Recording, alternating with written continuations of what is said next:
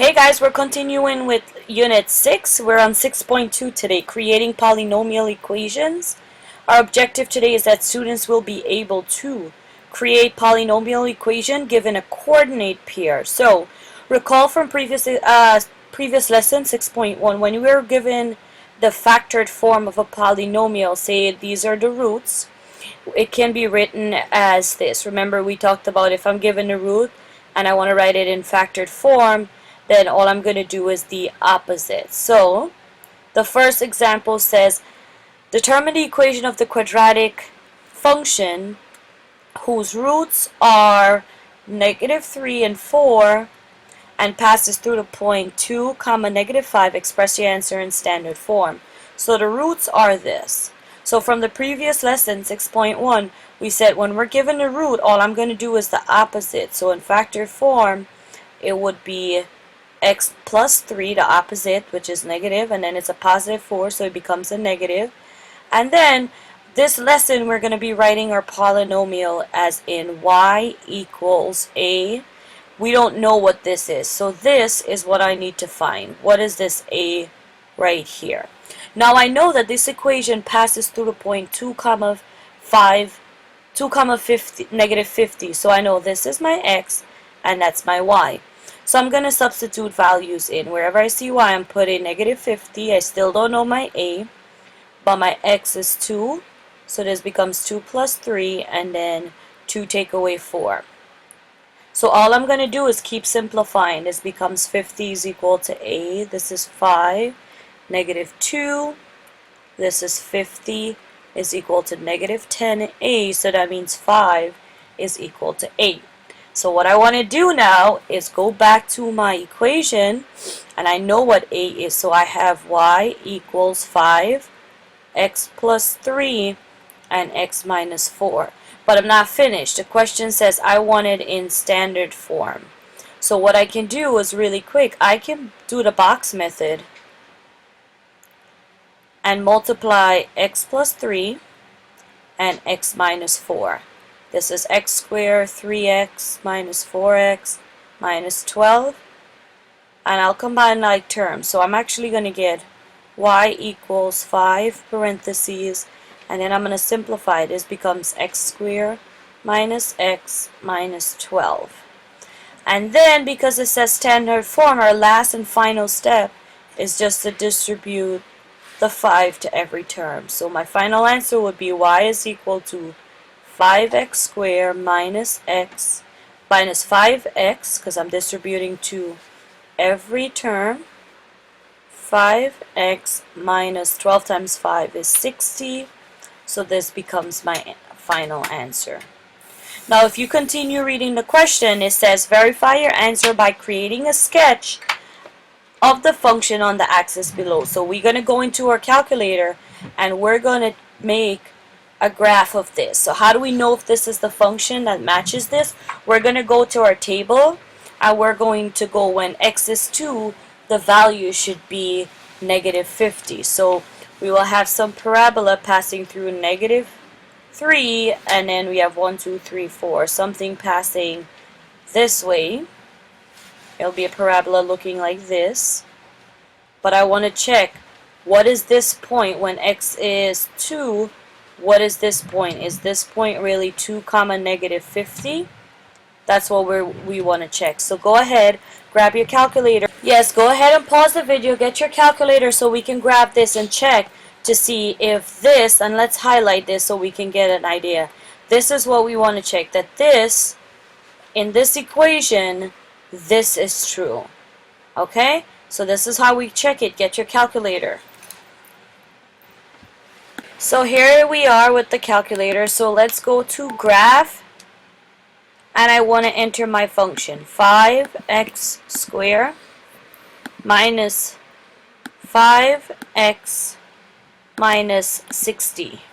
Enter. So now we want to check, go to table. So how do we go to table? We go to menu, table, split screen. So I want to check when 2 is, what's the value when x is 2? So if I come down 1, I see it right here. When x is 2, y is -50, would satisfy our coordinate that was given into the problem. So that means our quadratic in the standard form is correct. So for question 2, it says consider the quadratic polynomial of the form y equals a x plus 2 parentheses x minus 5, where a cannot be 0. First part of this question said, what are the x-intercepts? So remember, the x-intercept are the same thing as the roots, which is the opposite of what's given to us. So in this case, it's a positive 2. Now, I know one of my x-intercept would be at negative 2. And then it's a negative 5, so my other x-intercept will be at a positive 5. So 1 point would be right here, and then 1, 2, 3, 4, 5 right here. So what we want to do now is sketch these 3 equations, and we want to see what happens as a changes. So in this first example, a is equal to 1. Remember that invisible 1 there? In the second equation, a is equal to 2.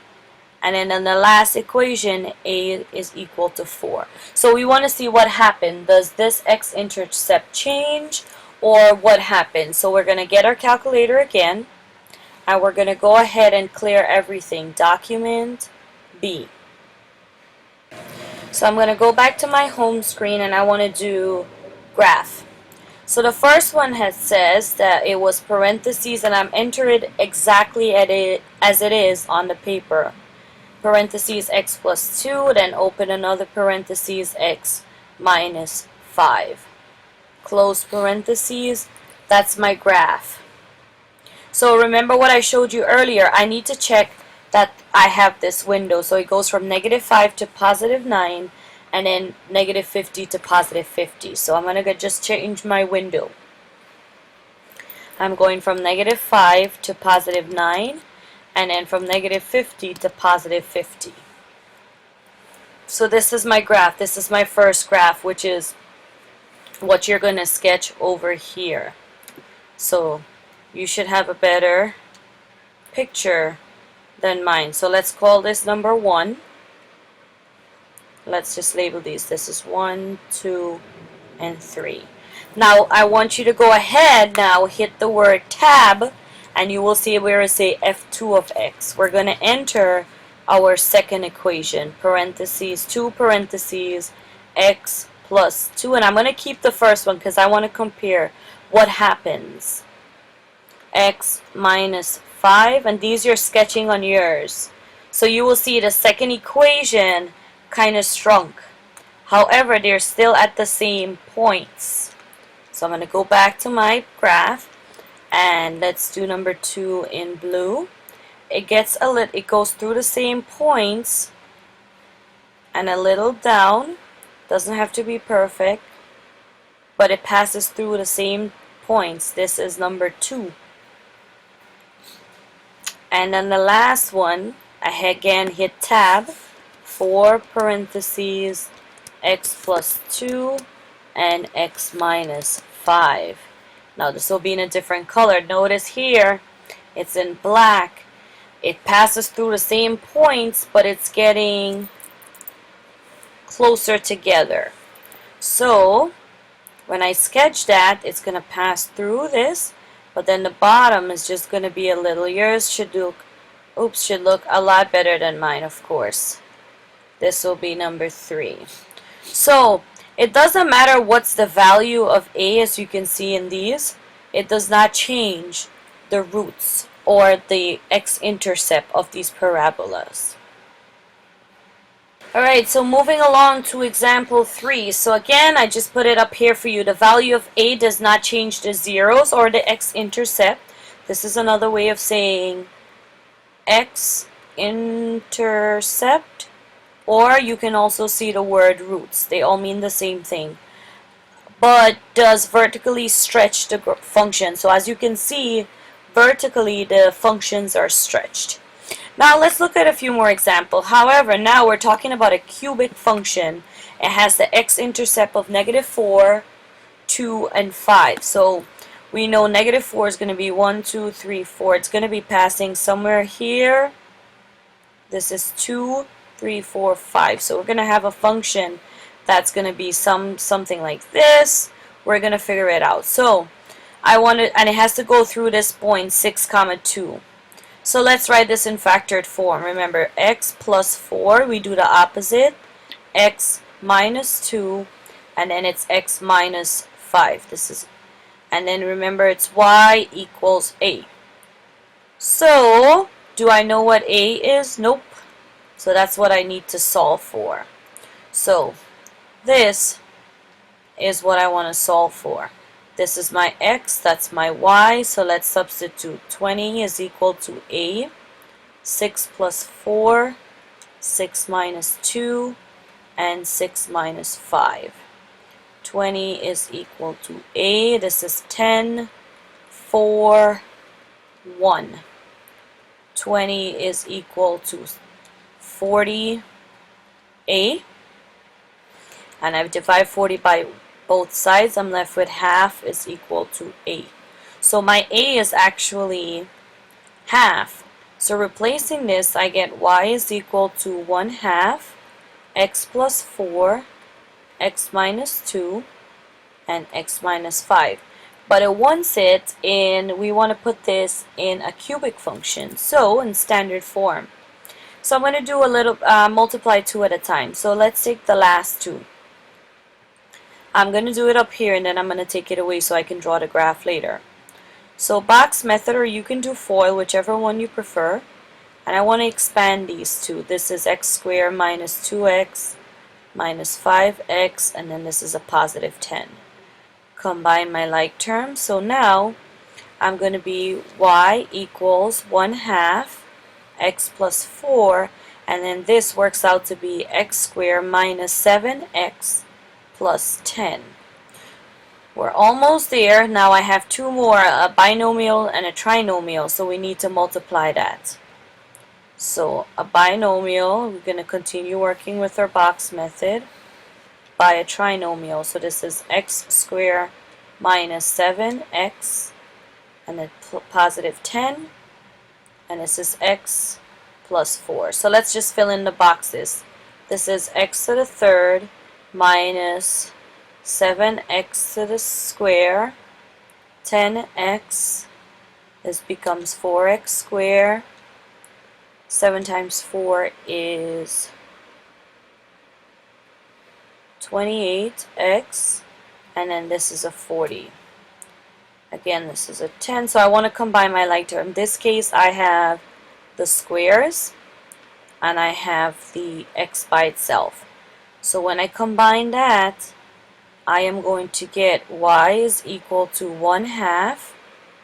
When I combine this, I'm going to get x to the third, negative 7x squared plus 4x squared would give me a positive minus 3x squared minus 18x plus 40.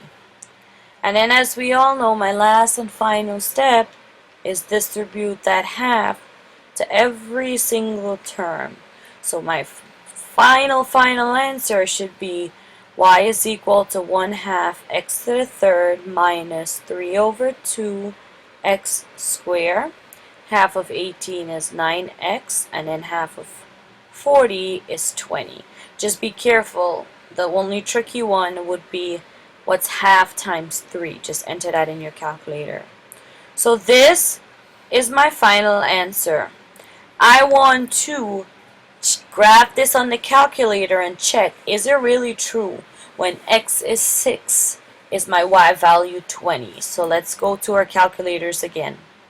These are what I just did. I want to get rid of them, so I go to Document, B, to my home screen, and here is my graph. So I want to enter that function. Control division will give me the fraction, and I know this is half x to the third minus control division 3, 2 x squared minus 9x plus 20. That's what your function should look like. hit enter, and then it's this crazy looking thing. But I don't care about that. I want to go to menu, table, split screen, and I want to go down. What's the value when x is 6? When x is 6, the y value is 20. So our question here works out to be true. So let's take this away. So when you're sketching your graph, when you're sketching your graph, it should look like 1, 2, 3, 4. How should this look? So this should look something going up, down, and passing through these points. And we're going to show when it's 6, which is, let's make this, when it's this point right here, it is 6, 20. Last example says, create an equation of a cubic in standard form that has a double zero at -2 and another 0 at 4. The cubic has a y-intercept of 16. Sketch your cubic on the axis below to verify your result. So, the first thing that I want to do is the roots. It says it has a double root at -2, so it means the root -2 is repeated twice. There's a root at 4. It has a y-intercept. Y-intercept at 16. So if I was to write this as a coordinate pair, this would actually be 0, 16. So your y-intercept is where the graph crosses the y-axis. So and the y-axis is always at x equals 0. So gonna go ahead, this will be y equals a, x plus 2, x plus 2, x minus 4. This is my x, that's my y. This becomes 16 is equal to a, 0 plus 2, 0 plus 2, 0 minus 4. And all I'm going to do is keep simplifying. This is 2, 2, -4. 16 is equal to 2 times 2 is 4. 4 times 4 is 4 times -4 is -16a. Divide both sides by -16. I get that a is equal to -1. So I'm going to rewrite my equation as y is equal to -1, x plus 2, x plus 2, and x minus 4. Now I need this in standard form, so I'm going to go ahead and do the box method right here really quick for x plus 2 and x minus 4. It doesn't matter which one I use or what order I go, I will still get the same answer. So all I'm doing is just filling this out. Here I'm going to be y is equal to -1, x plus 2. This simplifies x squared minus 2x minus 8. Now I have a trinomial and a binomial. Oops. Let's make my trinomial and a binomial. So this becomes, what do I have here? X squared minus 2x minus 8. This is x plus 2. So this is x to the third minus 2x squared minus 8x, and then this becomes 2x squared minus 4x, and then this is a minus 16. So I have two set of like terms as always with a trinomial, and I'm left with y is equal to -1 x to the third minus 12x minus 16. And then my final answer, which I'm going to graph, is -x to the third plus 12x plus 16. I distribute this. So this is what I want to check when x is 0 is y equals 16. That's my question. So let's get our calculators out again. And we're going to delete this. document B. I want to go to graph, and I'm going to enter this. Negative x to the third plus 12x plus 16. Enter. Now, I want to look at this. Now, I want to go and make sure to my table that when x is 0, is it really 16? And notice it works out perfect here. So, final thing that you need to do is to sketch this right here. So we're going to go back.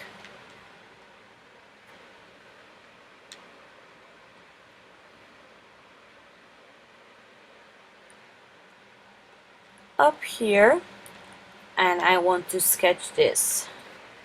And the other one is at 1, 2, 3, 4. So this is going to come up, touches here, come down, something like that will be fine.